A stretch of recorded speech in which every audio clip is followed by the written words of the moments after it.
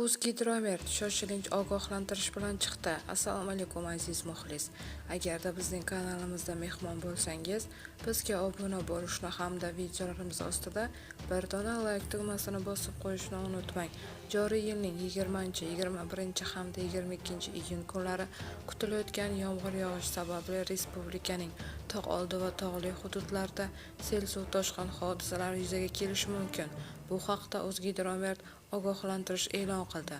Jumladan Toshkent shahri, Ohangaron, Bo'stonliq, Parkent, Piskent, O'rta Chirchiq, Yuqori Chirchiq tumanlarida va Angren, Olmaliq shaharlarida, Namangan viloyati, Pop, Kosonsoy, Chortoq, Chust, Namangan, Yakkaqo'rg'on tumanlarida, Farg'ona viloyati, So'x, Shohimardon, Farg'ona, Beshariq tumanlarida, Andijon viloyati, Andijon, Asaka, Jalaquduq, Qo'rg'ontepa, Paxtaobod, Isboskan, Xo'jaobod, Marhamat tumanlarida va Xonobod shahrida sel suv toshqin hodisalari yuzaga kelishi mumkin.